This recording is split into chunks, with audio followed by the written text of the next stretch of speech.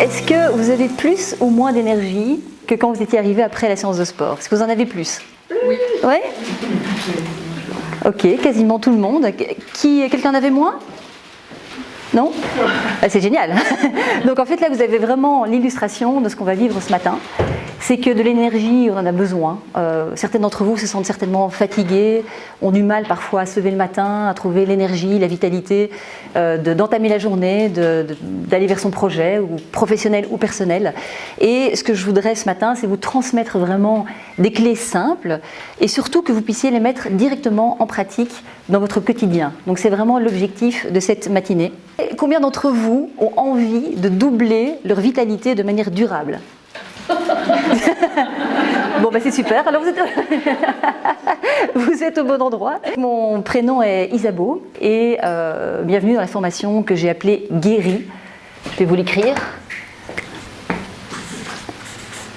Guéri. Hop. Et vous allez vite comprendre pourquoi. Vous avez eu ce matin un petit aperçu. Donc pendant ces 2 heures, on va voir comment doubler votre énergie. Et comment vous mettre en vitalité, comme ce que vous avez vécu ce matin, finalement en quelques minutes. Pour faire connaissance, si vous me permettez, je vais vous expliquer un petit peu mon parcours, comme ça vous comprendrez mieux pourquoi je suis là aujourd'hui devant vous. C'est que le 15 septembre 2021, j'avais alors 48 ans, je me rendais à un rendez-vous chez ma gynécologue, un rendez-vous qui devait être un rendez-vous de contrôle, tout simple. Et c'était après le Pilate d'ailleurs, après le réformeur, j'étais encore en vêtements de sport, je me sentais pas tout à fait au top de ma forme, mais je me sentais bien, je mangeais plutôt bien, je faisais de l'exercice de temps en temps. Et donc j'arrivais à ce rendez-vous, et il était 17h, je me souviens, je le vois déjà encore sur l'horloge. Et la gynécologue arrive, elle me dit « Asseyez-vous, Isabeau, asseyez-vous ». Je dis « Ok ». Elle me regarde dans les yeux, elle me dit « J'ai une mauvaise nouvelle, vous avez un cancer du sein ». Donc là, je me suis dit « Ok ». C'était surréaliste, je lui ai dit « Vous êtes sûre que c'est mon dossier ?» Elle a dû me prendre pour une tarée. Et j'ai vu à son air grave que c'était bien mon dossier et qu'effectivement, on me disait le mot que je redoutais, le mot cancer. Après ça, évidemment, je descends, on rentre à la maison avec Emmanuel, mon épouse, qui m'a beaucoup soutenue. Et dans la rue, c'était pas la même rue que 15 minutes auparavant, parce que ça prend 15 minutes pour annoncer un diagnostic aussi grave, c'est 15 minutes. Et donc je vois cette rue, je vois ces voitures, et je me dis, mais en fait c'est plus pareil. Et là j'ai compris ce que c'était vraiment d'intégrer en un instant, qu'on pouvait se dire, ma vie sera plus jamais la même, mais plus jamais la même, en un instant. Donc ça a été très rapide, et puis après, ça a été très rapide dans les traitements, dans la prise en charge, donc heureusement, Dieu merci. Et depuis ce moment-là, j'avais qu'une seule obsession, je ne vous raconte pas l'angoisse, les nuits sans sommeil, à se dire mais est-ce que je vais m'en sortir? Et j'ai décidé, le lendemain matin, très vite, de me ressaisir et d'aller chercher tout ce que je pouvais trouver comme info, des gens qui avaient guéri de cancer de manière radicale. C'est-à-dire des gens à qui on disait soit rentrez chez vous, il n'y a plus rien à faire, soit qu'on leur proposait un traitement qui ne fonctionnait pas. Et donc ces gens avaient un pronostic très très peu favorable. Et encore je suis gentille, c'était vraiment un pronostic assez grave. Et tous ces gens ont guéri. Et ils sont aujourd'hui en meilleure santé, enfin en tout cas ils sont en très bonne santé, ils sont plus heureux qu'avant parce que vous allez découvrir pourquoi. Et je me suis dit, c'est ça que je vais faire. Et donc depuis ce jour-là, j'ai découvert les clés de la rémission radicale qui sont prouvées scientifiquement, qui ont été mises au grand jour par plusieurs chercheurs, par plusieurs médecins, plusieurs scientifiques, qui sont validées scientifiquement. Et j'ai commencé à les intégrer au jour le jour. Et ça fait 2 ans et demi maintenant que je les intègre. Donc voilà, Dieu merci, je suis aujourd'hui en pleine santé. Et je me suis dit, en fait, ça, il faut absolument le transmettre aux gens, quoi. C'est extraordinaire, c'est incroyable. Et en fait, il y en a beaucoup plus qu'on veut bien le dire. C'est-à-dire que parfois, il y a des gens qui ne s'expriment pas sur le sujet. Et quand on fait des recherches, en fait, il y a plein de gens. Et on se rend compte que ce n'est pas un hasard. Que ces gens ont fait un choix dans leur vie, qu'ils ont décidé d'implémenter des changements dans leur quotidien et vraiment de guérir. Et donc, mon message pour vous toutes, c'est le suivant, c'est que n'attendez pas d'avoir un pépin de santé. Donc, toutes ces clés, elles peuvent très bien être implémentées des années auparavant. Plus tôt on les met en place, et mieux c'est. Vous pouvez même gagner jusqu'à 14 années de vie en bonne santé. Et c'est dingue. Quand j'ai vu ça, je me suis dit, mais en fait, pourquoi il n'y a que 10% de la population qui le fait, alors qu'il y a des résultats incroyables. Et donc voilà, donc c'est pour ça que j'ai mis mon t-shirt, je suis super vivante. C'est parce que je voudrais aussi vous inciter, vous inviter à modifier les choses dans votre vie pour pas simplement traverser la vie avec peu d'énergie, peu de vitalité, avec une sorte de fatalisme par rapport aux choses. Je sais qu'on est dans un climat incertain, il y a beaucoup de... On ne va pas tout passer en revue, mais c'est très anxiogène, ça induit beaucoup de stress à l'échelle mondiale. Par contre, ce n'est pas une fatalité, et donc à un moment donné, chacune peut faire ce choix, de se dire « ok, j'agis ». Voilà. Alors, pour démarrer, je vous propose de mettre un petit cadre, comme ça on est toutes sur la même longueur d'onde. Si vous êtes d'accord? Vous êtes d'accord? Oui. Oui? Ok. Alors, donc je l'ai appelé le code d'honneur, puisque tout ce qui se dit ici, évidemment, est confidentiel. Vous avez tout un workbook, vous pouvez l'ouvrir à la page 3. C'est bien, vous n'avez pas attendu que je le dise, donc c'est que déjà vous avez une envie d'être active. Et donc ce workbook sera notre fil d'Ariane de la matinée, où vous pouvez prendre des notes, où vous allez être actif dedans, et je vous engage vraiment à être très actif, parce que plus vous serez active au niveau mental et aussi au niveau physique, vous engagez vraiment, vous allez aller plus vite, donc ça va être beaucoup plus efficace. Alors, premièrement, j'ouvre mon cœur. C'est-à-dire que peut-être que certains concepts ou certaines histoires ne vous parleront pas ou peut-être vous choqueront. Par contre, je vous demande, voilà, si vous avez des questions, à ce moment-là, vous...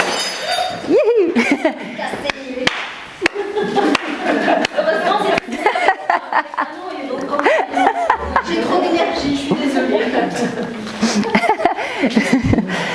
Donc, j'ouvre mon cœur.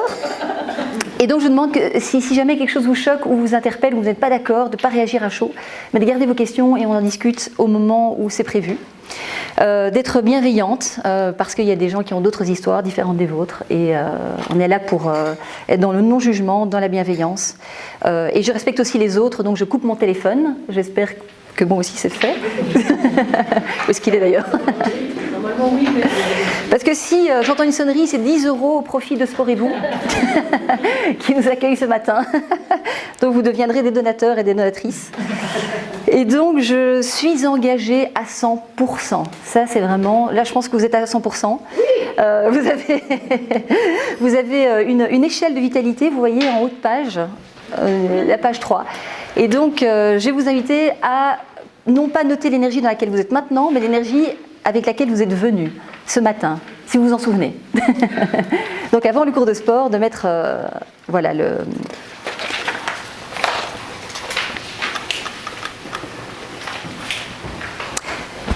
On va commencer par un petit exercice, un gros exercice d'ailleurs, qui va vraiment donner le ton de la matinée. C'est que à la page 4, vous avez toute la page 4 ? Oui. Vous avez une série d'affirmations. Et vous avez une note dans la colonne de droite. L'idée, c'est que si vous trouvez que c'est complètement faux, cette affirmation, vous mettez de 1 à voilà, ce que vous pensez être. Si par contre vous dites « oui, c'est totalement vrai », alors vous mettez 10 ou 9 ou 8. Pour ça, ça va être très spontané, hein, donc il n'y a pas de mauvaise ou de bonne réponse, c'est pas un examen. C'est plus vous serez honnête vraiment vis-à-vis de vous-même et plus vous allez pouvoir encore une fois avancer. Donc je vais vous laisser 2 minutes à partir de maintenant et laissez-vous aller, allez-y spontanément, 2 minutes c'est long.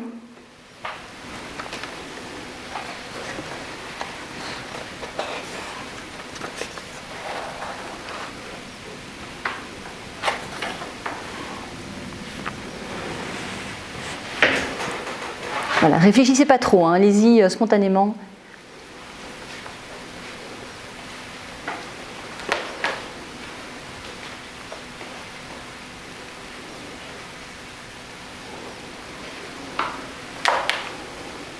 Je souhaite que tout le monde le fait, c'est très bien.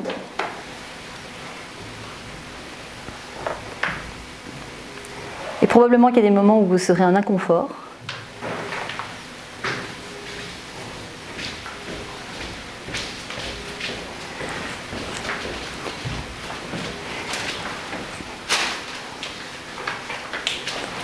Allez, plus que 30 secondes. C'est fait exprès que ce soit rapide, hein, comme ça vous empêche d'aller trop dans le mental et de répondre de manière spontanée.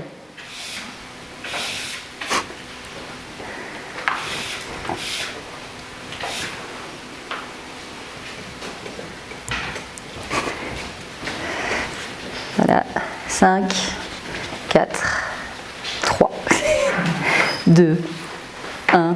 On lève les bras. Tout le monde regarde Top Chef? C'est vraiment tout le monde lève les bras. Voilà, bravo, merci. Est-ce que tout le monde est arrivé au bout déjà? Non? Ok, d'accord. C'est pas grave, hein. Donc, comme je disais, vous aurez quand même un café après. Donc, il n'y a pas de souci. Alors, donc ceci, on va le garder au chaud pour l'instant. Et je vais d'abord vous poser une question. Combien est-ce que vous pensez que vous avez de pensées par jour? Allez, qui se lance? Millions, je mets en millions quoi. Au moins je mets. Donc ça veut dire des billions alors. Qui se lance? Quelqu'un d'autre? Au pif, au pouf, voilà. Donc on va de quand même de 100 au million. Donc vous voyez déjà le grand écart. À chaque seconde. Des milliers? En milliers, ok. En milliers ou en dizaines de milliers? En dizaines de milliers. En dizaines de milliers. Tu connais la réponse, toi?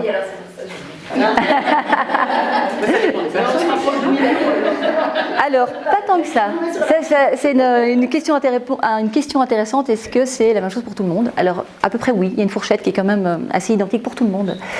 Et c'est très intéressant d'ailleurs ce que tu dis. Et on est à 70 000 pensées par jour. Donc, vous levez, au moment où vous levez et au moment où vous allez vous coucher, il y a 70 000 pensées. Certaines, c'est 80 000. Mais 80 000, c'est vraiment le maximum. Donc vous voyez que c'est quand même assez identique chez à peu près tout le monde. Alors, sur ces 70 000 pensées par jour, donc on va dessiner. Donc, comme vous voyez, je suis très forte en dessin. J'ai fait dessin fort en maternelle. On va mettre une petite jupe. Voilà. Alors, sur ces 70 000 pensées, à votre avis, combien sont conscientes? C'est-à-dire que combien de... On va travailler en pourcentage, ce sera plus simple. Je ne vais pas vous demander de faire 70 000 moins 24 518. En pourcentage, à votre avis, quelle est la proportion des pensées qui sont conscientes? 30, moi je dis 10%. 30%? 10? Ce dernier mot? Eh bien, c'est 5%. Donc 5% de ces pensées sont conscientes. Donc, ça fait un petit exercice de maths. Ça fait combien de pensées inconscientes? 95. Les bonnes réponses gagnent un nouveau cours de sport avec Fabienne. Donc, vous avez à la page 5, donc j'ai prévu des petits pointillés pour que vous puissiez les remplir. Donc, si vous avez 5% de pensées conscientes, c'est la partie visible. Vous avez 95% de partie inconsciente, c'est la partie invisible. C'est-à-dire que c'est une sorte de pensées qui sont en pilotage automatique. C'est-à-dire que vous n'avez même rien à faire. Ces pensées se déclenchent toutes seules. Et ces pensées, elles se déclenchent, c'est votre culture, le milieu dans lequel vous vivez, ce qu'on vous dit depuis tout petit, les croyances, les affirmations. Tout ça, eh bien 95%, c'est même pas vous qui les mettez en route. Ce qui veut dire que ces 95% sont complètement sous les radars. Et l'idée aujourd'hui, c'est de pouvoir un petit peu mettre la lumière sur ces pensées inconscientes, puisque vous connaissez les pilotes automatiques, enfin les automates, voilà. On appuie sur un bouton et ils se mettent en route. Et c'est un petit peu ce que vous vivez finalement la journée. C'est dès le matin, vous mettez en route de manière automatique, et boum, jusqu'au soir, vous êtes en pilotage automatique. Et donc forcément, en une autre couleur, ces pensées, donc ces 5%, donc vous avez 100% de pensées. Ces 5% sont conscientes. Ces pensées vont donner lieu à, donc on va mettre, donc vous pensez avec votre cerveau. Ensuite, vous allez mettre en action ces pensées qui vont induire un certain comportement. Et ensuite, vous allez ressentir une émotion.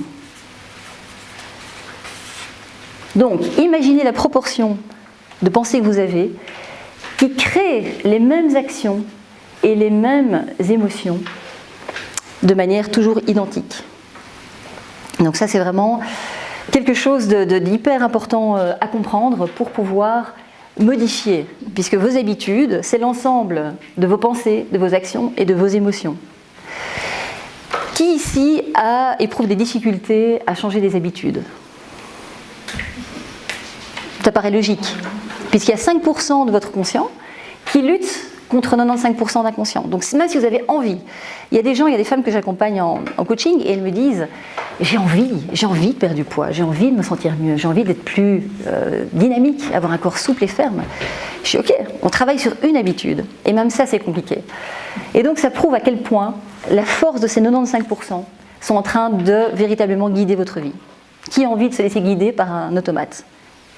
Personne. Ok, ça me rassure. On peut continuer alors. Est-ce que d'abord vous avez des questions?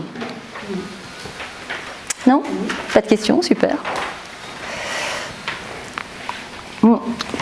Donc, quand je parlais de ces habitudes, de ces comportements qui sont complètement automatiques et inconscients, et pourquoi on n'arrive pas à les changer, j'adore cet exemple. Je pense que ça arrivé à beaucoup d'entre vous.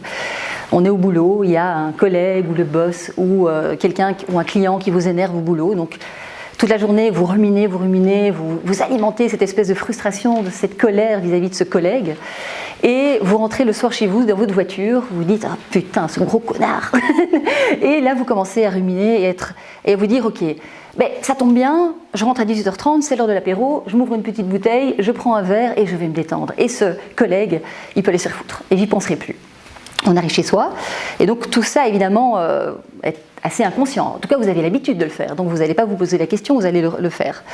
Donc, on arrive à la maison, je ne sais pas si c'est arrivé, ça vous arrive, on prend un verre, on prend un deuxième, un troisième, et puis on prend la bouteille. Et le soir, on va dormir, on dort mal déjà, parce que l'alcool, ça empêche de bien dormir. On se réveille le matin avec une petite gueule de bois, avec un moral un peu dans les chaussettes. On se lève, on va au boulot, et qui est là? Le collègue.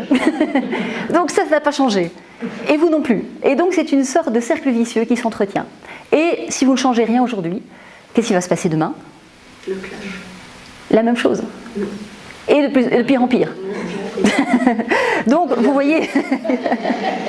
À cause du collègue. Et si demain est pareil?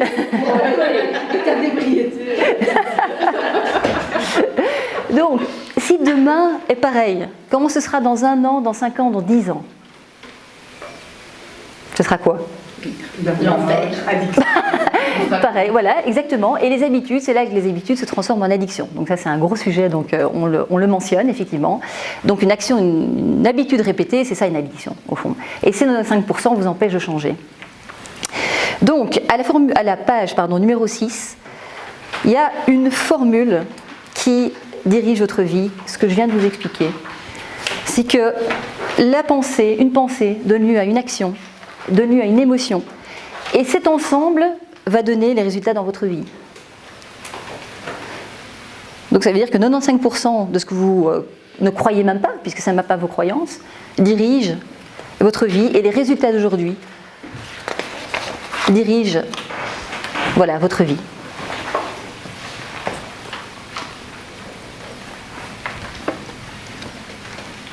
Ça la calme, hein? Est-ce que c'est clair pour tout le monde? Vous n'avez pas de questions? Non? Ok, alors on continue, super. Je regarde le timing. C'est top. Alors, donc, si vous reprenez la page 4 de votre workbook, vous vous souvenez, vous avez mis des notes à vos pensées, à vos croyances.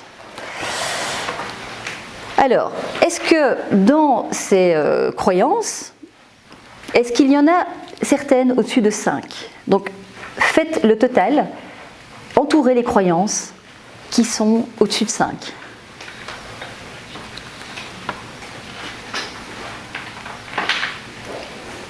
Cathy, au-dessus de 5. compté, j'ai déjà compté. Ça fait peur. Si on a 5, on compte. J'avais plusieurs. Ah, bonne question. Tu vois, parce que je ne sais pas dire que c'est entre les deux là. Et tu as au-dessus plusieurs, 5 au-dessus, plusieurs aussi? Allez, notez toutes. Enfin, je veux dire, comptabilisez toutes. On fait 5 aussi. 5, on est... Oui, 5 et plus, exactement. C'est comme ça qu'on dit en mathématiques.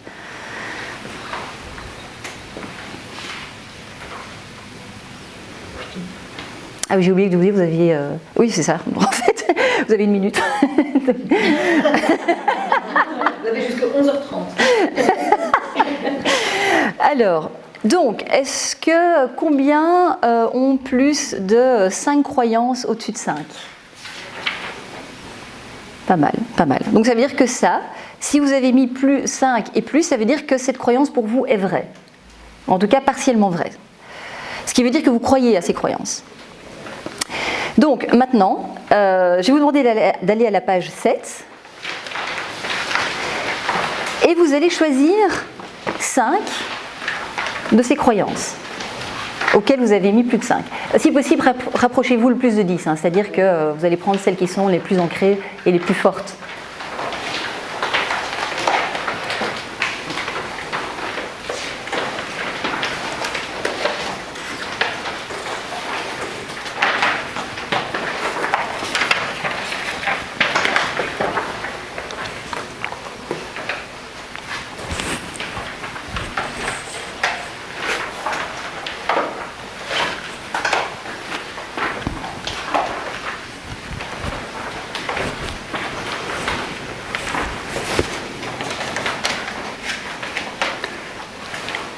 Quand vous avez fini, levez la main, comme ça je vois un petit peu quand c'est fait, si vous voulez bien.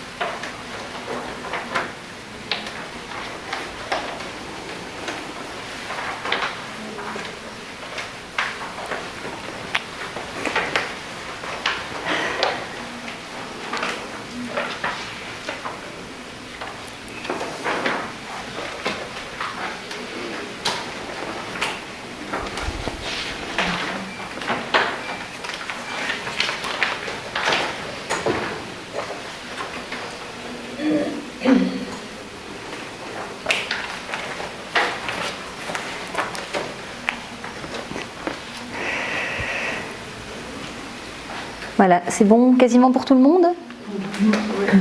Sinon, vous pouvez la mettre en... Payeuse. Non. J'allais dire en abrégé, mais...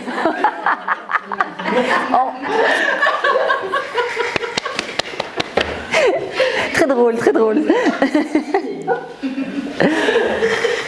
Alors, avec ces croyances, vous voyez que vous avez une échelle de la vitalité en regard de vos croyances, toujours à la page 7.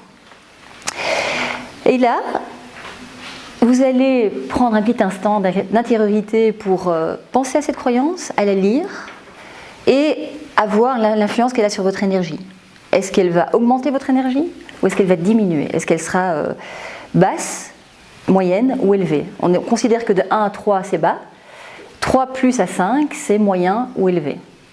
Donc moins vous avez d'énergie et vous mettez 1, plus vous avez d'énergie, plus vous allez vers le 5. En lisant En lisant la croyance. En lisant la croyance, la vitalité, bon là. Oui, ressentez, est-ce que ça vous dynamise ou est-ce que ça vous plombe? Voilà. Moi, par exemple, si je me disais le cancer est incurable, ça me plomberait. Donc, l'idée, c'est vraiment de... je prends une phrase forte expressément, évidemment. L'idée, c'est vraiment de se dire que fait cette croyance dans ma vitalité, dans mon énergie. Est-ce que je me sens mieux? Est-ce que je me sens moins bien? Est-ce que je me sens plus dynamique ou plus fatiguée? Plus légère ou plus lourde? Allez, ça ne va pas prendre trop de temps, à mon avis, d'ici 5 secondes c'est fait. C'est fait pour tout le monde? Ok. Et donc, est-ce que quelqu'un veut partager une ou deux croyances et l'énergie qu'il y a en regard de cette croyance? Moi. Toi? Merci. Tu peux te lever s'il te plaît? Merci. C'est quoi ton prénom? Marina. Marina, merci. On applaudit Marina. Alors par exemple, j'ai mis que j'ai pas assez de discipline pour changer mes habitudes. Ok. Ça c'est clair et net. Et comment tu te sens dans ton... Et je veux être assez disciplinée. Ok. Mais j'arrive pas à changer ça. Et comment est-ce que tu te sens quand tu dis ça alors? Bah pas bien. Pas bien. Je m'énerve moi-même. Ok. Je trouve ça inadmissible.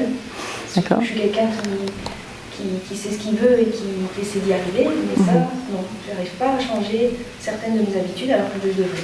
D'accord. Eh ben, écoute, c'est courageux, merci. Tu as oublié de donner ta note? Ta note, c'est combien? Comment tu te sens quand tu penses à ça? 2. Ok. Donc on voit que c'est pas une énergie très haute. Donc on voit que ça ne l'aide pas. Est-ce que ça t'aide ou pas à améliorer ta vie de penser ça? Non. Ok. Quelqu'un d'autre veut partager? Cathy, j'ai vu que vous avez noté beaucoup. Pardon, il y a quelqu'un qui avait... Levez votre main si vous voulez partager, comme ça je vois qui. Oui, Cathy, quel est ton prénom? Quel est ton prénom? Bravo Cathy. Je suis fatiguée à cause du travail. Ok, d'accord. Ma fatigue, quand je fais l'analyse, c'est l'énergie mise dans mon travail. Alors, il y a le plaisir de mon travail, évidemment, parce que ceci amène cela. Mais je pense que réellement, ça, c'est ce que je dois prendre du temps pour faire autre chose que travailler. Ok. Est-ce que tu le prends, ce temps? Alors non, je ne le prends pas. Je n'ai pas assez de volonté pour ma santé. Je n'ai pas le temps pour ma santé. Ça fait partie de ça. Quelle est ta moyenne de notes sur l'échelle de la vitalité? Entre 2, quoi. 2. Quand j'y pense. Ok. Donc tu te sens énergie basse, quoi. Dès que tu te dis ça, j'ai toujours une énergie forte en action. En action, mais ok. en dehors de l'action, c'est très facile. Ok. Je dois trouver des systèmes pour... Eh ben écoute, t'as bien fait de m'inviter alors parce que je vais vous en donner quelques-uns. Merci Cathy, merci. Encore? Allez, moi je veux bien. Allez, bravo. Alors les deux phrases pour lesquelles j'ai mis 10, c'est celle que je préfère. Donc, c'est on ne m'a jamais appris à prendre soin de moi, parce qu'en effet, je viens d'une famille où ben voilà, il n'y a pas d'ouverture d'esprit. Je crois que je suis vraiment. Mon père a toujours dit on t'a échangé à la naissance. Ça veut tout dire parce que. Et donc j'ai mis un 10 et j'ai mis un 5 sur l'échelle de la vitalité parce que quand je dis cette phrase. Ça me donne du boost. C'est ça, j'ai toujours dit, je ne serai pas mes parents, je ne serai pas, enfin, j'ai une famille, voilà, que j'ai écartée, donc ça c'est vraiment celle qui me donne de la vitalité. Ah oui. On m'a pas appris à prendre soin de moi, donc ça je mets un 10 et un 5. Oui. Et l'autre qui a eu 10, c'est je ne peux pas renoncer à mes plaisirs, parce que c'est une phrase qui me booste avant toute chose, et surtout maintenant que je viens encore de prendre un an de plus, je ne peux pas renoncer à mes plaisirs. Donc ça c'est vraiment quelque chose voilà, qui est important. Et puis les autres où j'ai mis moins, c'est avec la génétique, avec être mince, c'est une question de génétique. Bon voilà, voilà, je pense que dans ma famille, en effet, il n'y a pas trop de minces, et donc c'est quelque chose aussi sur laquelle je suis toujours. Je crois que c'est pour ça que je fais beaucoup de sport, et parce que voilà, on m'a jamais non plus appris à prendre soin de ma santé, on n'a jamais de ça. Voilà. Par contre, j'ai mis pas le temps de m'occuper de ma santé et pas assez d'argent pour prendre soin de moi. Ça me parle quand même. Ça te parle, oui. Parce qu'en effet, je me dis, j'ai d'autres priorités en ce qui concerne l'argent et j'ai d'autres priorités en ce qui concerne mon temps. Mais c'est vrai que si j'avais plus de temps, si j'avais plus d'argent, je pense que ça irait quand même un peu plus dans ma santé. Ok. Voilà, c'est simplement. Donc, tout ça me parle, mais tout ça, je le sais. Ok. Je n'apprends rien de moi. Et comment... Oui, merci, bravo. C'est quand même honnête, hein, donc de merci à celles qui partagent, parce que ça peut certainement aider d'autres personnes qui sont dans le même cas. C'est pour ça qu'on partage beaucoup, c'est parce que c'est l'intelligence collective et de se dire s'il y en a une qui vit ce problème, il y en a peut-être d'autres et ça apportera des réponses. C'est pour ça que je vous invite vraiment à partager. On est dans un cadre bienveillant, comme je l'ai dit, de non-jugement, avec une ouverture de cœur. Et donc, plus vous allez partager, vous engager, et plus ça va être efficace. Avec l'exemple de Sylvie, c'est impressionnant, parce que tu as quand même une croyance à 10 et une énergie, elle était à 1, c'est ça? Non, Non, à 5. à 5. Attends, donc ça te donnait de la vitalité. Oui, oui, oui. Ok, donc c'est des croyances qui te boostent. Oui, oui, oui, les deux premières me boostent, celle dont je t'ai dit, je ne peux pas renoncer à mes plaisirs, on m'a jamais appris à prendre soin de moi, ça me booste. Les autres un peu moins, parce que quelque part, si tu veux, oui, je sais que j'ai pas assez de temps et je sais que j'ai pas assez d'argent, mais voilà, donc j'ai mis 2 parce que ça me booste pas, mais c'est quand même les croyances qui me tirent un peu vers le bas, quoi. Oui, tout à fait, oui.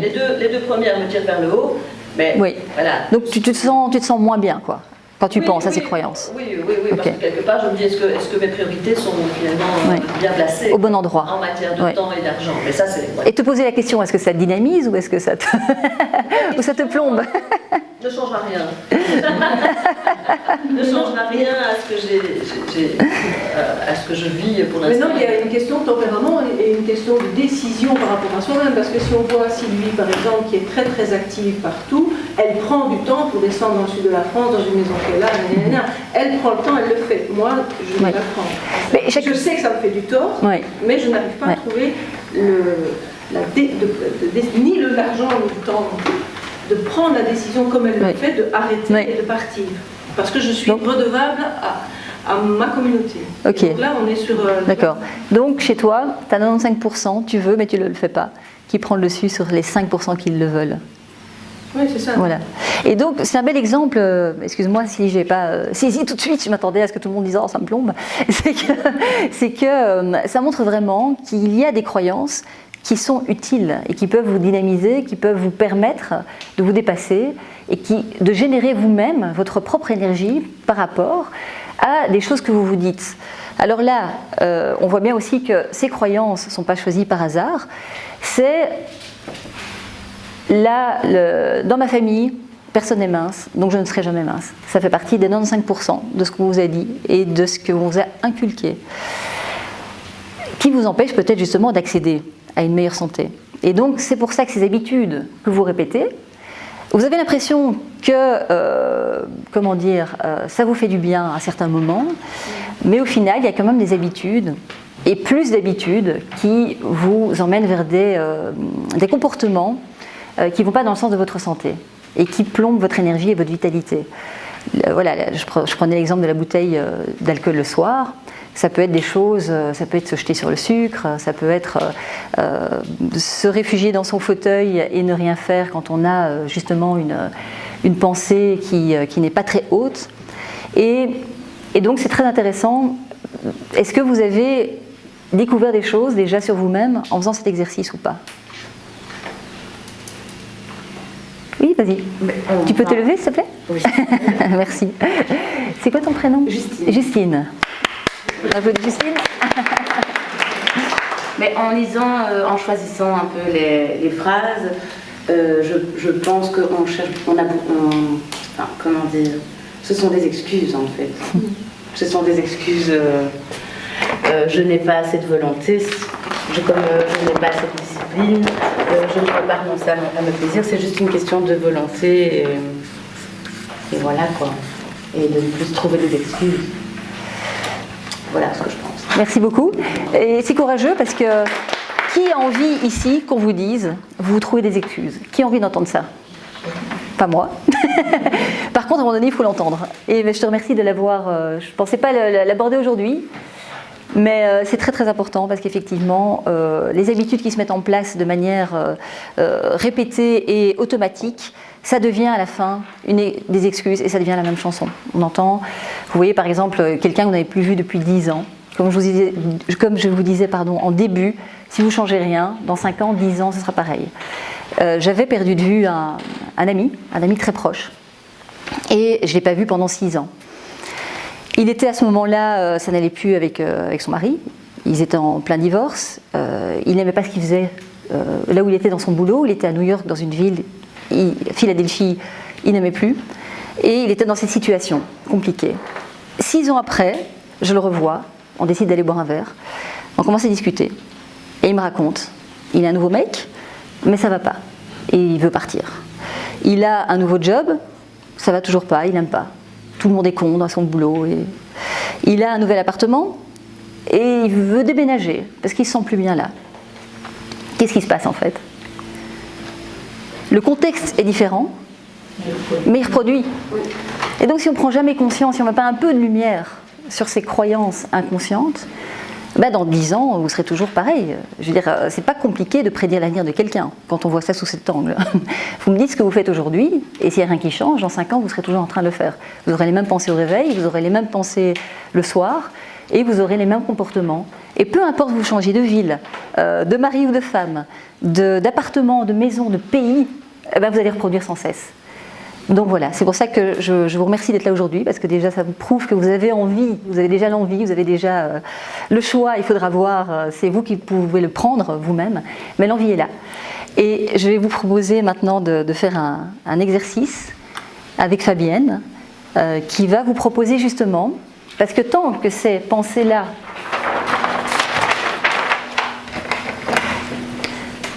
restent sous les radars, vous ne pouvez pas les voir. Tandis que si vous faites des exercices, Fabienne va vous aider à le faire, eh bien vous allez mettre de la lumière là-dessus. Et déjà, peut-être qu'on va réduire un peu l'écart, on va peut-être arriver à 10, certains ont dit 30. Et donc moi je propose que ce soit votre objectif, c'est d'arriver à se dire, ok, je mets déjà un peu plus de lumière sur cette partie inconsciente. Moi, je le fais tous les jours, plusieurs fois par jour, c'est devenu une habitude même. Okay. C'est une façon de fonctionner même, voilà, qui est absolument salvateur. Pour moi, si je n'avais pas la méditation, je pense que je ne viendrais jamais. C'est devenu une habitude. Oui, c'est vraiment une habitude. Donc est-ce que ça te demande de l'énergie de la mettre en place? Non.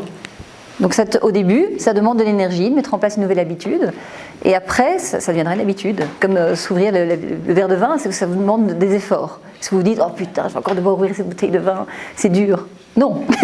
Donc après, vous allez voir, ça vous demandera de moins en moins d'efforts. 66 jours il faut. Quoi? Il faut 66 jours de discipline pour que ça se transforme en routine. Ok, merci. Voilà. Donc ne vous découragez pas, ça passe vite 66 jours. Ne vous découragez pas. Il ne faut même pas se dire, tiens, je m'arrête et je fais silence. S'arrêter en observant une fleur ou un insecte ou n'importe quoi, mais mettre son cerveau en dehors de tout pour observer le monde autour de nous, c'est déjà la méditation. Top. Et donc, à la page 7, si vous le souhaitez, reproduire cette expérience de calme, de retrouver l'amour dans son cœur. Sachez que pour celles qui ont dit, je sais pas, quand on t'a posé la question, Justine, excuse-moi, ça va rentrer, t'as dit c'est je sais pas.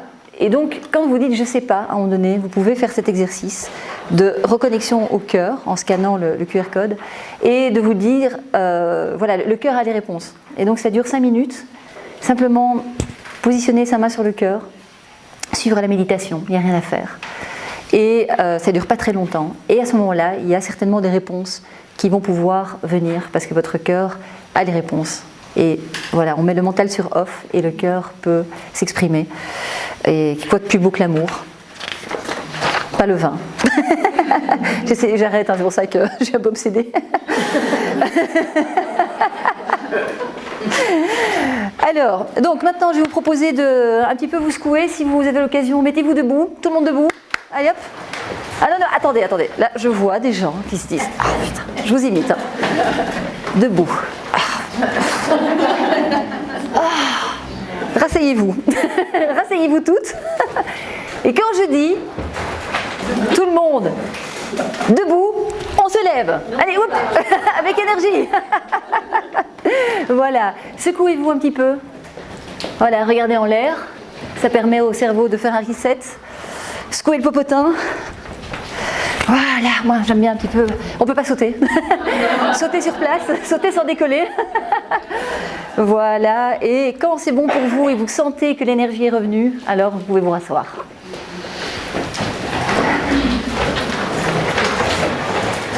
Voilà. Encore une fois, ce que vous venez de faire, est-ce que c'est facile ou est-ce que c'est difficile? Facile. Donc pourquoi vous ne le faites pas? Vous avez des outils et vous ne le faites pas. Et donc je vous invite vraiment à vous dire à un moment donné, c'est pas une fatalité, on est là comme ça, on est devant son ordi, on ne veut pas bouger, on est comme figé, comme si on était collé la main à la souris et les yeux sur l'écran. Et même quand il n'y a rien à regarder, on regarde. Et on scrolle. Et à un moment donné, non quoi. Levez-vous, faites ça. secouer le popotin, ça marche, et regarder en l'air. Si vous voulez, vous pouvez même mettre les mains sur les hanches parce que ça crée aussi des hormones de puissance. Et donc n'hésitez pas à faire ça de 5 minutes quand vous sentez que votre énergie, votre vitalité baisse en flèche. Ok ? Tout le monde le fera ? Oui, Oui, on s'engage. oui, voilà. Mais allez voir Fabienne, elle pourra vous donner des trucs aussi faciles à faire, à intégrer n'importe où, au bureau. Ok, peut-être qu'on vous prendra un peu pour les folles furieuses, les perchés du bureau. Et on va le redire une fois que vos pensées, elles peuvent soit...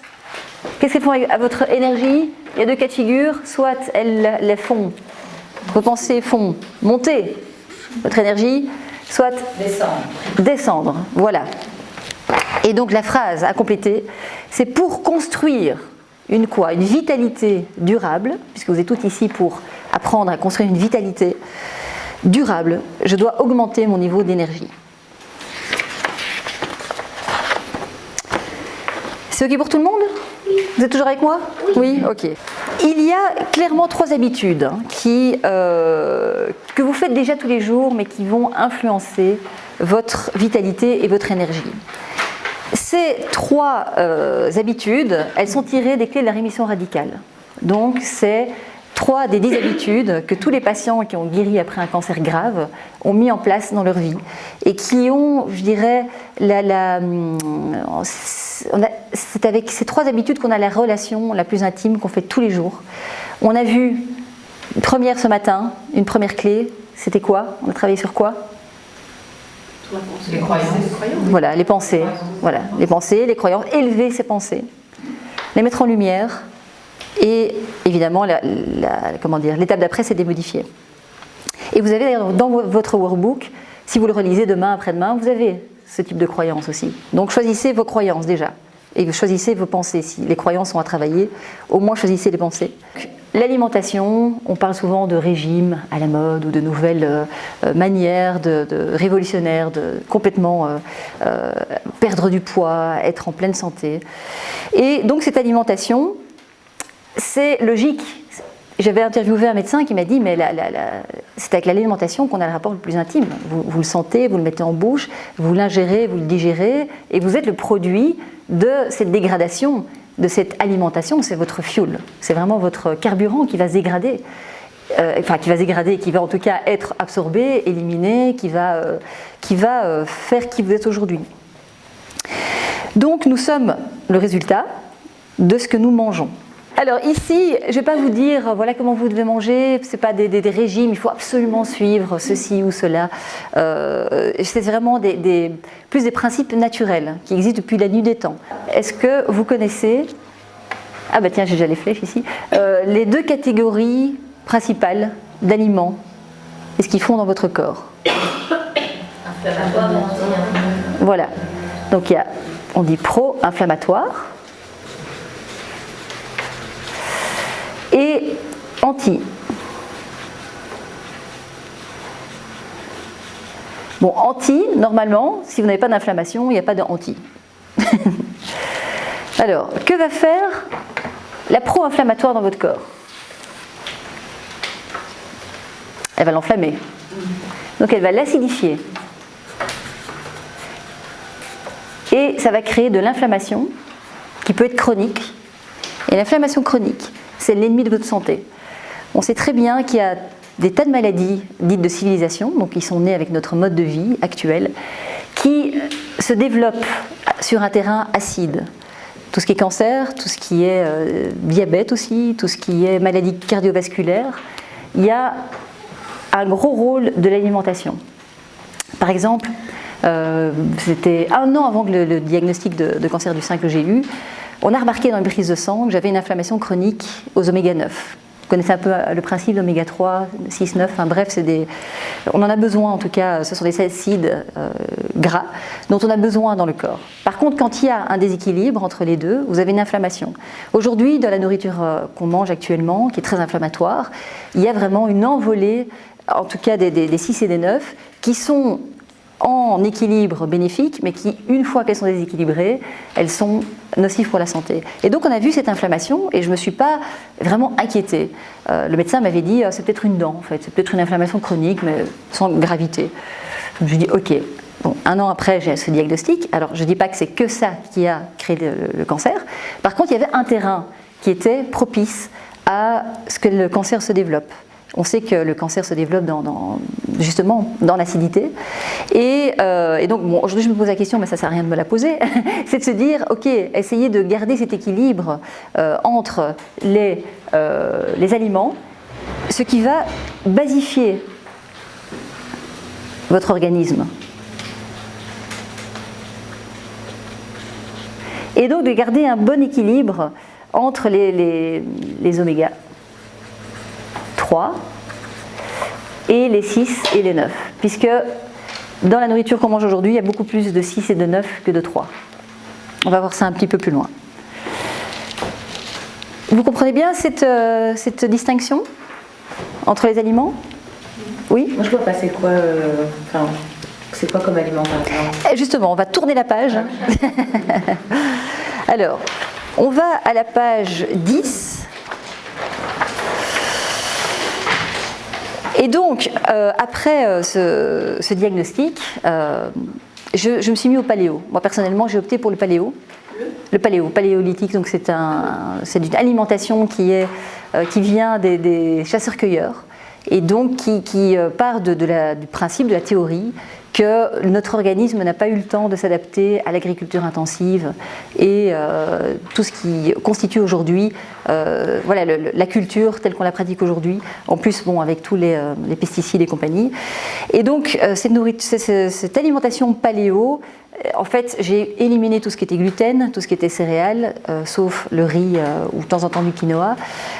J'ai éliminé donc tout ce qui est féculent, pâtes, pain, pommes de terre que j'ai remplacées par des patates douces. J'ai arrêté les produits laitiers qui sont aussi très pro-inflammatoires, le lait de vache, tout ça c'est fini. Et en un mois de temps, j'avais perdu 3 kilos d'inflammation. Et j'ai trouvé ça incroyable et je me suis dit ok. Et d'ailleurs ça peut se voir d'ailleurs dans une prise de sang. Si vous voulez aller plus loin et vous intéresser à ça, vous demandez simplement quand vous faites une prise de sang à votre médecin qu'il analyse le CRP. Donc le CRP, c'est l'indice d'inflammation dans votre corps. Et toutes mes prises de sang récemment, depuis que ça fait 2 ans maintenant que je mange paléo, je fais des écarts, clairement. Mais je fais moins d'écarts qu'avant. Enfin, ça n'a plus rien à voir, mon alimentation, avec ce que c'était avant. Je fais encore des écarts. Et mon CRP doit être... Donc le CRP chez tout le monde doit être entre 0 et 1. Donc 0, moins d'inflammation, 1, plus d'inflammation. Et moi, il est à 0,3. Donc il est vraiment ramené au minimum. Et en modifiant l'alimentation, certaines choses dans mon alimentation. Et donc ça, vous pouvez, si vous voulez aller plus loin, parce que l'inflammation est invisible jusqu'à un certain point. Et en général, quand elle devient visible, c'est les ennuis de santé. C'est plein même de maladies chroniques. On ne sait pas pourquoi, ça revient à chaque fois, et donc ça s'installe sur un terrain super acide. Donc, pour ne pas révolutionner du jour au lendemain toute votre alimentation, je vous invite à la page 10, il y a un exercice, vous ne devez pas le faire maintenant, mais vous pouvez y penser. C'est quand je mange, par exemple des frites, je me sens un peu nauséeuse ou un peu ballonnée, ou j'ai mal au ventre. Et quel est votre niveau d'énergie après avoir mangé des frites? Est-ce qu'elle est basse? Est-ce qu'elle est moyenne? Est-ce qu'elle est élevée? Donc déjà, vous allez ressentir pour vous, parce qu'une personne n'est pas l'autre. Et donc l'idée, c'est pas de se dire tout le monde mange pareil, tout le monde va faire ça, et d'imposer des principes. C'est par rapport à vous. Et déjà, si vous faites l'exercice de Fabienne et puis vous mangez, vous sentirez ce que ça fait dans votre corps. Qui ici s'est jamais dit oh là j'ai le brûlant, là j'ai mangé ça, j'aurais pas dû, j'ai trop mangé, ça se sent. Et donc, si vous posez la question comment je me sens, quelle est mon énergie, vous allez déjà avoir une indication sur ce qui vous convient ou ce qui ne vous convient pas. Alors on est d'accord que tout ce qui est pro-inflammatoire, on va tenter de le supprimer, en tout cas voire de le diminuer, ne fût-ce que de 20 à 30% pour commencer, un pas après l'autre. Et donc je vous ai mis 2 colonnes, tout ce qui est pro-inflammatoire, tout ce qui est anti-inflammatoire. Et donc par exemple, on dit souvent, oui mais la gourmandise, quand tu disais je ne veux pas renoncer à mes plaisirs, je ne peux pas. Moi quand j'ai dû changer, donc j'ai vraiment, là j'avais plus le choix là, donc j'étais dans une situation où je devais changer. Et au début, je n'étais pas hyper heureuse, quoi. Je me suis dit, petite petite pâte de temps en temps, une petite pizza, oh là là. Et j'ai vraiment modifié et j'ai pris goût à cette nouvelle alimentation. Donc par exemple, j'adore les financiers. J'ai un Thermomix, je ne sais pas si quelqu'un a un Thermomix.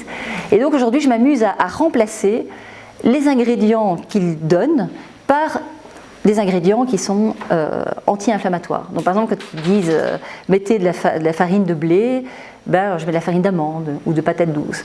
Quand ils disent mettez du sucre, je mets de la fleur de coco ou un peu de sirop d'érable. Quand ils disent mettez du beurre, je mets du ghee. Donc je ne sais pas si vous savez ce que c'est le ghee, c'est du beurre clarifié.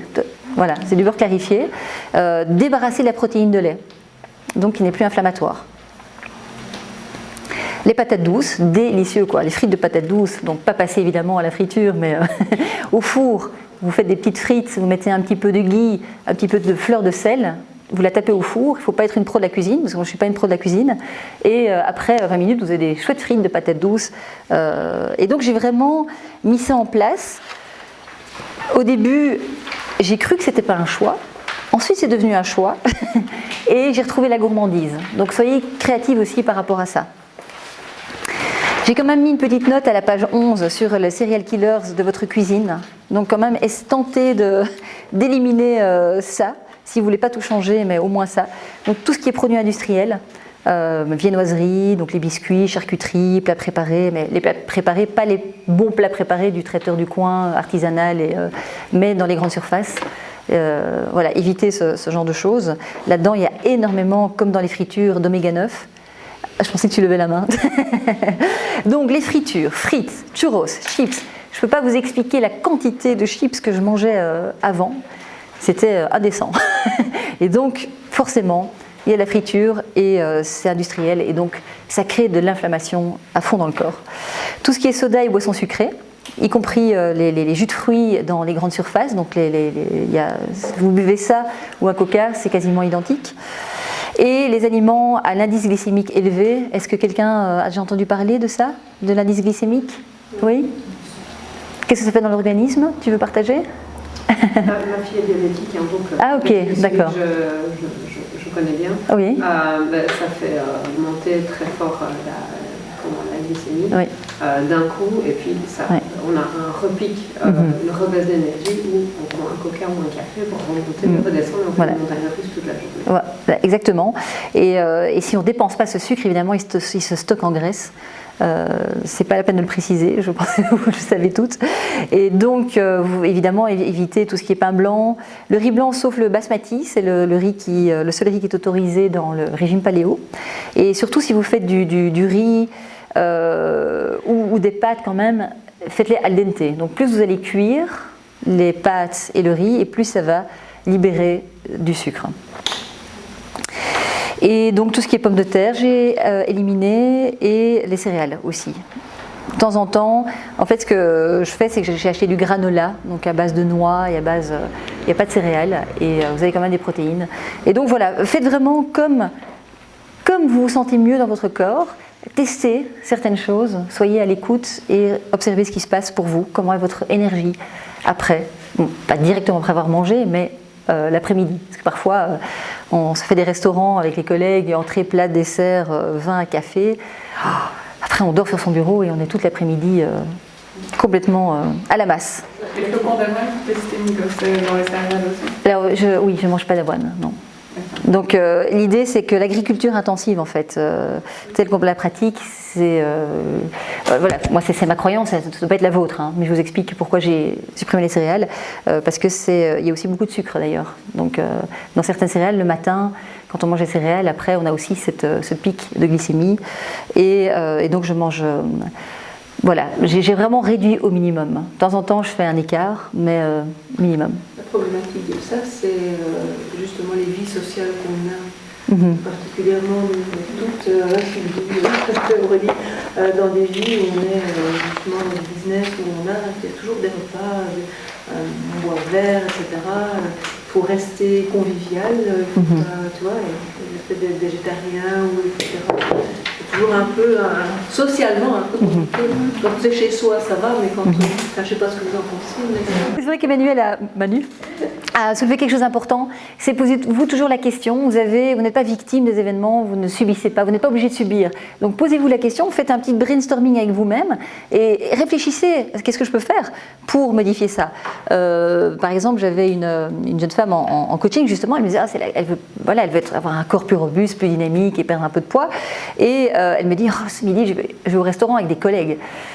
Et je dis ok, et je l'ai invité à se faire une petite liste de stratégies différentes pour justement ne pas se dire de manière automatique, j'arrive à table, je bois, je mange et je me sens mal et je le savais et j'ai rien fait.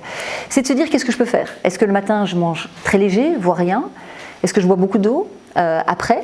Est-ce que je vais faire une marche digestive après le repas? C'est aussi une croyance de se dire que socialement on ne peut pas dire qu'on fait différemment. Par exemple, quand on va au restaurant avec des amis, eh bien on appelle le restaurant, déjà ils nous connaissent, donc une fois que tu l'exprimes et que tu le dis et que c'est comme ça, tes amis qui te connaissent vont justement faire des choix aussi en fonction qui rallient tout le monde. On leur exprimait clairement, voilà, vous connaissez la manière dont on mange, est-ce qu'on ne pourrait pas se retrouver à mi-chemin?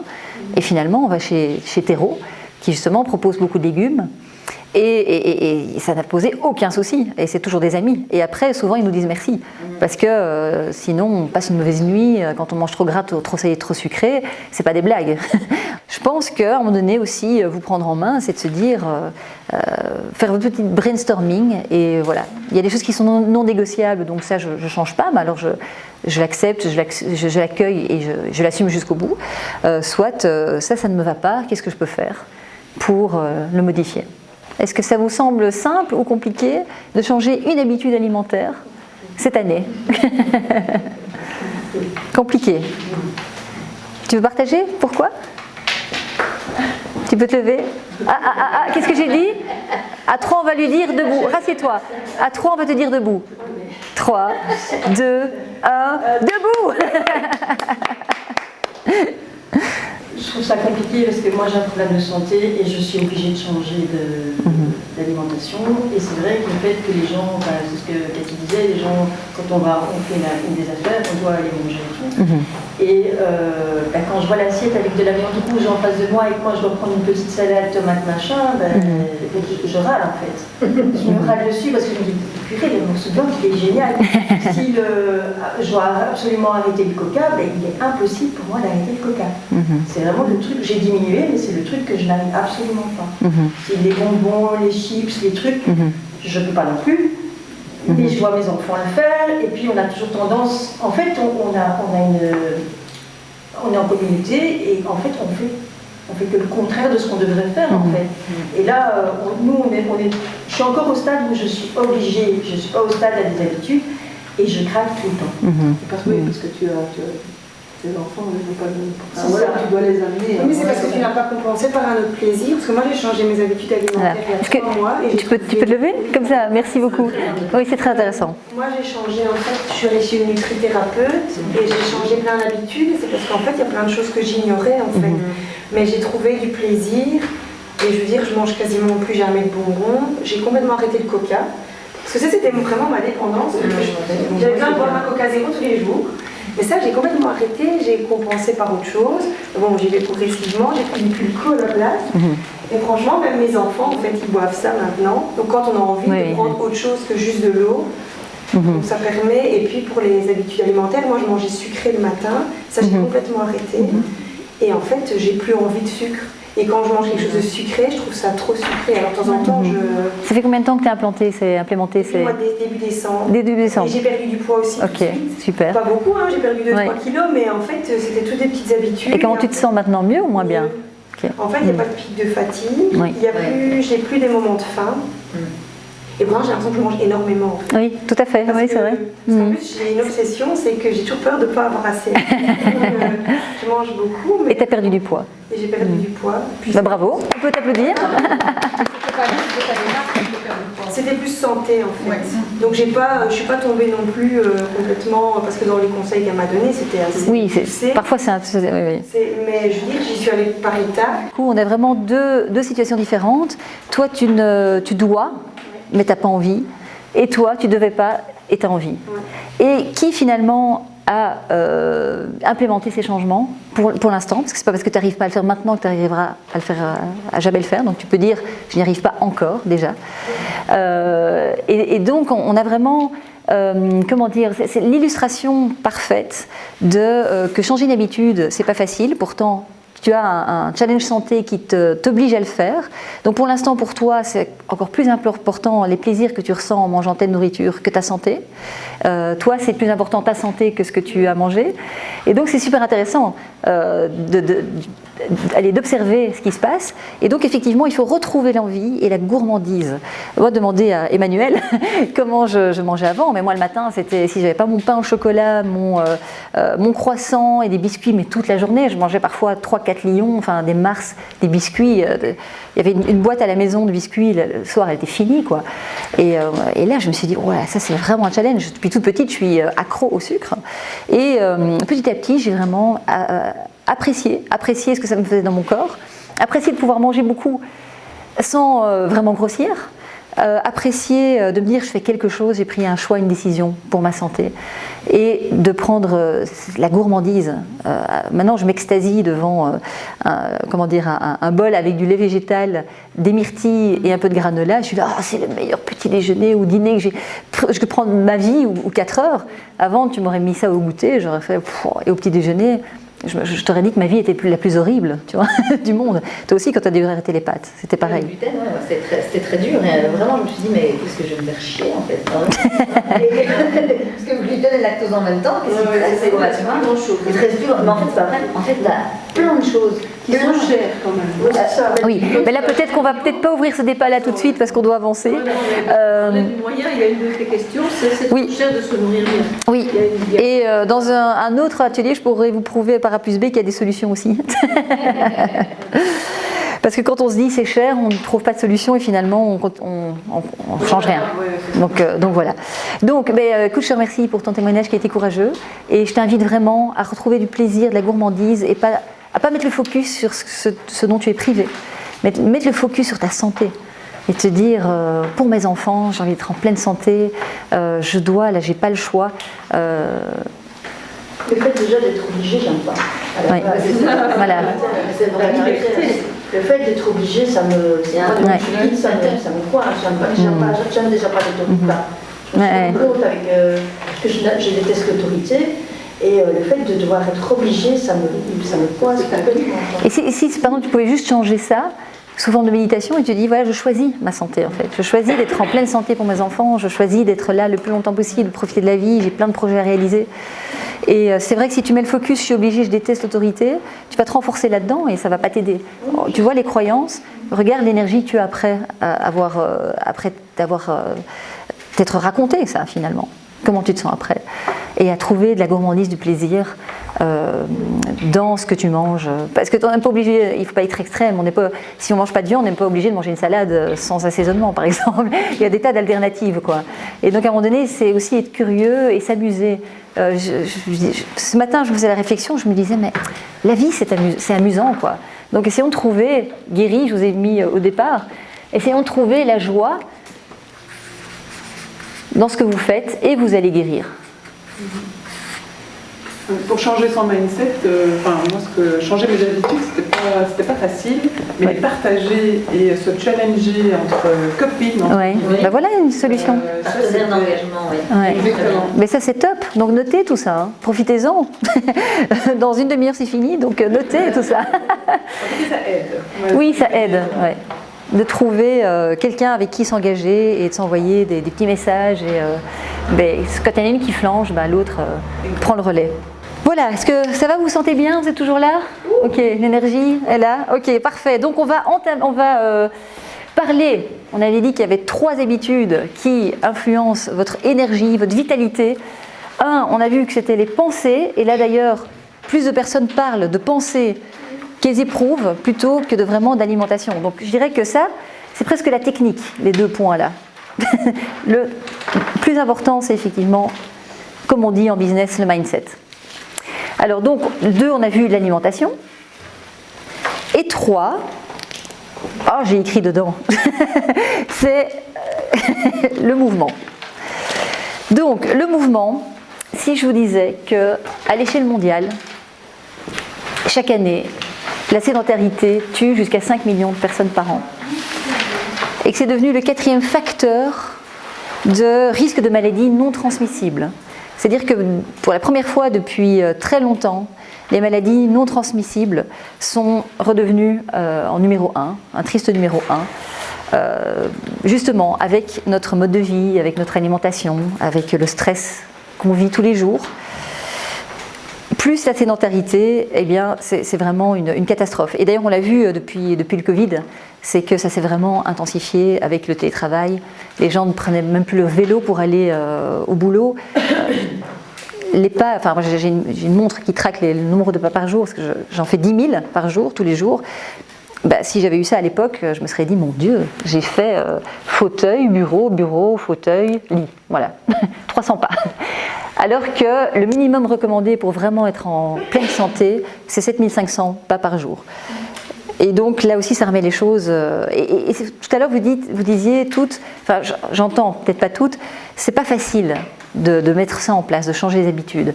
Pourtant, c'est hyper simple ce que je suis en train de vous dire. Marcher, manger, faire attention à ses pensées, c'est vraiment le b.a.-ba. Il n'y a rien de sorcier, il ne faut pas avoir fait maths sup pour comprendre ça. Et pourquoi est-ce que seulement 10% de la population le fait ? Alors que ça pourrait réduire de 50% toutes les maladies de civilisation, cancer, diabète, maladies cardiovasculaires, dégénératives. Parce que vous avez, si vous vous souvenez du dessin, combien de pourcents de vos croyances jouent contre vous ? 95. Donc vous vous débattez avec vos 5%. Donc 20 minutes de marche par jour peut déjà diminuer de 70% les risques de développer une maladie de civilisation. Donc vous imaginez, 20 minutes, c'est pas énorme. Vous faites 10 minutes le matin, 10 minutes le soir, et vous avez déjà vos 20 minutes de marche. Bon, il faut que ce soit un peu rapide. Hein. Bon, là, si j'ai mis une petite note effectivement plus personnelle, et pour toutes les femmes que ça concerne, on peut même arriver à diminuer de 30% les récidives d'un cancer du sein. Donc si on peut éviter de 30% les récidives, ça fonctionne très bien aussi en prévention. Il ne faut pas oublier qu'aujourd'hui, une femme sur 8 est atteinte d'un cancer du sein. Il y a des facteurs environnementaux, il y a aussi des facteurs sur lesquels on peut agir, et c'est tout ce qu'on voit là actuellement. Je vais vous demander un petit exercice de 2 minutes où vous allez brainstormer avec vous-même et vous allez mettre en place des idées pour augmenter le mouvement dans votre vie, donc mettre un peu plus de mouvement. Le mouvement, je ne vous demande pas de vous inscrire à la salle de sport. Vous allez vous dire aujourd'hui, j'y vais 3 fois, à partir d'aujourd'hui je suis décidée, on se revoit dans 2 semaines et vous n'y allez déjà plus. Donc en fait l'idée, c'est de se dire, qu'est-ce que je peux mettre comme mouvement ? Le mouvement, ça peut être s'occuper de son potager, ça peut être prendre les escaliers au lieu de l'ascenseur, ça peut être aller promener le chien plus longuement, il sera très heureux vous aussi. Donc à la page 14, vous avez 2 minutes pour noter le plus d'idées possible pour intégrer plus de mouvement dans votre vie. Alors je vous propose maintenant, c'est de partager de manière rapide et assez spontanée les unes et les autres ce que vous avez écrit, comme ça pourra donner des idées à d'autres personnes autour de vous. Donc voilà, balancez vos idées. Promener le chien tous les soirs pendant 20 minutes. Voilà, promener le chien, qui a un chien ? Ah bah voilà. Ah bah dis donc. Donc 20 minutes de promenade de chien. Qui d'autre ? Ne plus prendre la voiture quand on doit se déplacer dans le village. Bravo, très bien. Voilà, très bien. Se garer le plus loin possible. Voilà, super. Exactement, tout à fait, très bien. Moi, j'ai mis monter l'escalier le plus souvent possible, que ce soit à la maison. Ici, je pense que je vais le monter. On va le monter 10 fois sur la journée. Enfin. Voilà déjà toutes des top idées, simple à mettre en place. C'est simple ou c'est simple ? Simple. Passer les coups de fil en marchant. Voilà. C'est vrai que toi tu fais ça et ça augmente. Mes consultations à distance, je marche comme ça dans toute la maison. Et je vais vous dire qu'elle a ses 10 000 pas à la fin de la journée. Après 3 consultes, j'ai mes 10 000 pas. Et on retient mieux en plus. Donc. Encore une ou 2 idées ? Organiser ma sortie vélo électrique avec ma copine. Ah, c'est ce que j'ai acheté un vélo. Acheter un vélo, voilà, très bien. Ouais. Danser, exactement. Danser. Avec beaucoup de joie, exactement. C'est une très bonne idée. Toutes les applications et les tutos YouTube pour faire ne fût-ce que 20 minutes de cardio, de yoga, de pilates, ça va vite, ça prend 20 minutes et c'est super bien. Ouais, top, bravo. Et les applications aussi. Allez déposer les bouteilles de vide à la bulle, à pied. C'est un rappel dans le téléphone, tous les jours 20 minutes d'exercice. Vous savez pas, une montre connectée, c'est vraiment très très bien parce qu'on sait voir. Oui, tout à fait, on peut voir le nombre de pas et c'est vrai que... Justement, j'ai mis augmenter mon objectif journalier. Ah oui, oui, tout à fait. Ben oui, mais vous voyez que c'est pas compliqué, mais c'est vraiment, c'est ça, c'est qu'il y a un switch, quoi. Et n'attendez pas d'avoir un pépin de santé, parce que là, voilà, tu sais de quoi tu parles, moi aussi, et on est vraiment là pour vous dire, voilà, prenez-vous en main avant qu'il arrive quelque chose de grave, parce que ça ne coûte pas que au niveau financier, ça coûte surtout les aspects de la vie, que ce soit personnel, professionnel. Pour terminer, je vous ai pas dit les 6 bienfaits de 20 minutes quotidiennes de marche par jour, donc sans surprise, évidemment, c'est la santé du cœur, donc pour diminuer les maladies cardiovasculaires, c'est la page 13. Le contrôle du poids et de la graisse viscérale, ça je me suis aussi mise à la marche rapide et au footing léger, parce que moi il y a 3 ans je détestais courir, donc aujourd'hui j'y vais tranquille, donc encore une fois c'est pas une course contre la montre, c'est un challenge vis-à-vis de vous-même.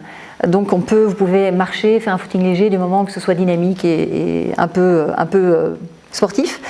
La graisse viscérale, c'est vraiment un nid à maladie, quoi. Donc la graisse viscérale, c'est pas celle que vous voyez. Même les femmes minces peuvent très bien avoir de la graisse viscérale. Donc c'est celle qui est entre les organes. Donc ça augmente considérablement les risques de cancer du sein. Alors les renforcements musculaires, fesses, dos et abdomen. Et donc si vous voulez rester autonome et pleine de vitalité le plus longtemps possible, c'est ce qui vous permet de vous déplacer. Et en général, les personnes âgées, elles commencent à décliner quand, d'ailleurs je vois que tu acquiesces, à partir du moment où elles sont alitées ou qu'elles ne marchent plus. Et donc c'est vraiment cette partie où vous marchez, où vous êtes autonome, je vous invite vraiment à la travailler pour rester autonome le plus longtemps possible. La densité osseuse, donc là je m'adresse aux femmes à partir de 40 ans pour prévenir l'ostéoporose. Les femmes aussi qui ont été en traitement de chimiothérapie ont aussi beaucoup d'ostéoporose, donc c'est très important. Ça booste l'immunité, donc vous serez moins sujette aux rhumes, aux maladies chroniques, aux désagréments. Et la réduction du stress et de l'anxiété avec les fameuses endorphines. Je voudrais terminer par cette formule magique que j'ai vraiment apprise aussi pendant toute cette période de guérison. C'est un médecin qui l'a dit, c'est le professeur Laurent Schwartz, je ne sais pas s'il y en a qui connaissent, c'est un oncologue à Paris qui exerce depuis plus de 40 ans, rien qu'en cancer, donc les cancers, il les connaît. Et il a dit que cette formule magique, donc alimentation, à la page 14, plus le mouvement, c'est la vie, c'est la vitalité. Donc, il a observé, écoutez bien parce que c'était vraiment hyper choquant au moment où il l'a dit et je me suis dit mais voilà un espoir incroyable, c'est que l'alimentation, une bonne alimentation, 5% de fruits et légumes par jour, de préférence bio pour éviter les intrants chimiques, plus ces 20 minutes minimum de mouvement par jour, c'est aussi efficace qu'une chimiothérapie adjuvante. Et là je me suis dit waouh, je me suis dit mais après voilà, vous savez, vous faites quelque chose vraiment qui peut faire la différence pour vous-même. Donc retenez bien cette formule magique. Il a toute une équipe qui travaille justement sur une nouvelle vision du cancer, une nouvelle manière de l'appréhender et de le soigner qui est très intéressante. Excuse-moi, j'ai un peu bouffé le planning. On était bien, et puis là il y a eu des retardateurs à la pause. Ouais. Alors, est-ce que ça vous a éclairé déjà cette matinée sur certaines choses? Est-ce que vous voyez plus clair dans la manière dont vous fonctionnez et dans la manière dont vous pouvez modifier certaines choses dans votre quotidien? Alors, vous êtes prêts pour la dernière étape, c'est la plus courte parce qu'on voit que l'heure avance et qu'on vous avait promis de vous libérer à 11h30. Donc, je pense que c'est une étape quand même très importante pour finaliser cette matinée en beauté, pour que vous repartiez avec des chouettes outils. Donc, vous voyez que ceci, c'est pas juste un workbook, c'est vraiment votre plan personnalisé de vitalité dont vous pouvez vous servir au jour le jour et relire souvent. Et engarmer ça, puisqu'on a dit qu'une habitude, c'est un geste et une pensée qui est répétée souvent. Donc vous alliez un geste à une pensée.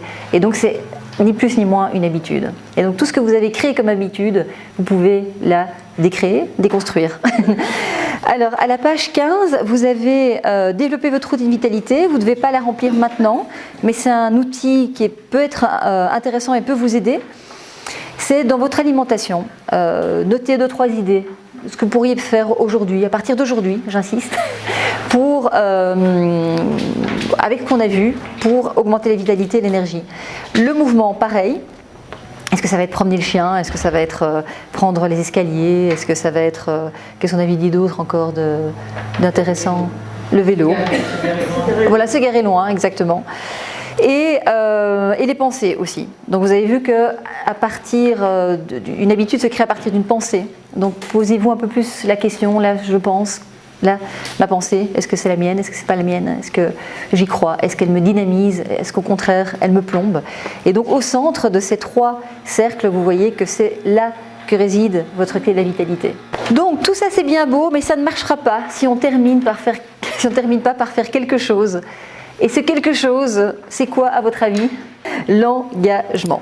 Donc un engagement c'est quoi? C'est une phrase que vous allez écrire déjà vous-même, que vous allez vous répéter, que vous allez sentir et à laquelle vous allez penser plusieurs fois par jour.